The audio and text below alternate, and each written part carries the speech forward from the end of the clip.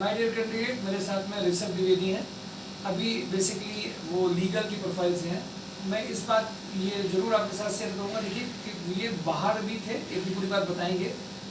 एक बाहर होते हुए बंदा कितना एक्टिव है और वो वीडियो भी देख रहा है, जानकारी भी ले रहा है और इमीडिएट आ रहा है, इमीडिएट फाइनलाइजेशन भी हो रहा है।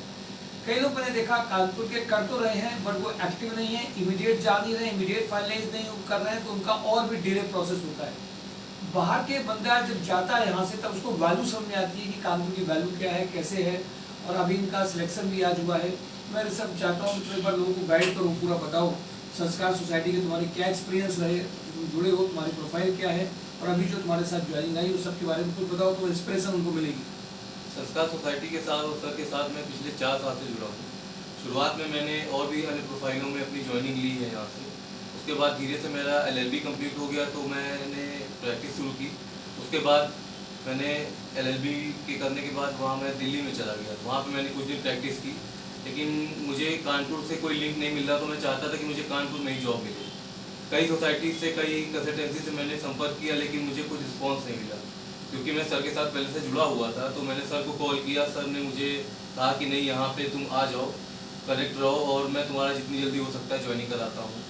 और इत्तेफाक से ऐसा हुआ कि जिस दिन मैंने सर को फ़ोन किया उसके अगले ही दिन वैकेंसी आई, सर ने मुझको वहाँ भेजा। अभी मैं कपिला ग्रुप में इंटरव्यू दे के आ रहा हूँ, वहाँ पे मेरा सिलेक्शन फाइनल हो चुका है। तो मैं संस्कार सोसाइटी को, सर को धन्यवाद देना चाहता हूँ इसके लिए। और आप लोगों से भी कहना चाहता हूँ कि आप जितना ज़्यादा एक्टिव रहेंगे उतना ज़्यादा आपको फ़ायदा होगा।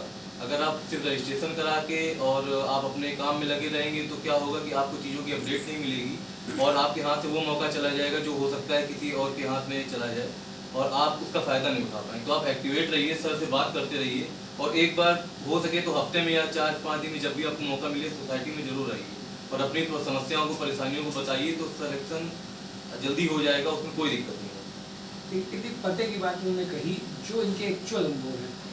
समझने की बात ये है कि उन्होंने, मुझे याद है कि जिस दिन उनका सैटरडे को शायद आया था ना, फ्राइडे की नाइट, फ्राइडे में बात हुई हमारी। फ्राइडे को दोपहर में बात हुई थी। हाँ, मैं दिल्ली में था, फ्राइडे को नहीं आ सकता था, लेकिन जितनी जल्दी हुआ मैं सैटरडे को आया। सैटरडे को ही सर ने मेरी बात कराई। हल्का सा अंदाजा था कि 2-3 प्रोफाइल मेरे पास में है। एग्जैक्टली मुझे याद भी नहीं था कि कौन सी प्रोफाइल कहाँ पे है, बट एक कैंडिडेट सुबह आ भी गया। इवन मैं हल्का सा चेहरा भी भूल रहा था फोन में बात करते हुए कि कौन से ऋषभ, ये ऋषभ कई सारे हैं तो कौन से ऋषभ।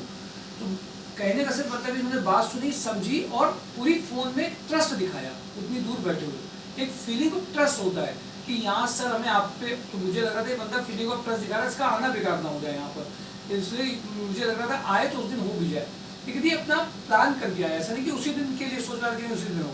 इंसिडेंटली सैटरडे पड़ा, मैंने उसके सामने बात करता रहा, मैं प्रोफाइल शेयर करता रहा, मैं व्हाट्सएप में टैग करता रहा मैडम को कि मैडम ये कैंडिडेट है, अभी दिल्ली से मैंने बुलाया, उसको आप अभी कराइए। तो मुझे फिर फ़ोन भी के पास आ गया। जब तक मैं उनसे व्हाट्सएप पे उनका कॉल आ रहा था तब तक इनका टेलीफोनिक इंटरव्यू चल रहा था।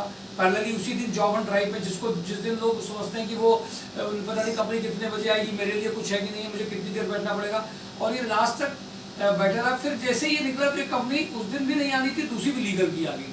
उनसे भी इनका इंटरव्यू, फाइनलाइजेशन की बातचीत हुई, इनका हुआ। फिर मैंने उनको कपिला के लिए रिकमेंड किया कि कपिला ज़्यादा बेटर रहेगी तुम्हारे लिए, क्योंकि तुम जो सीखोगे ये आगे हमें बेनिफिट दे सकता है बड़े पैकेज को लाने के लिए और भी।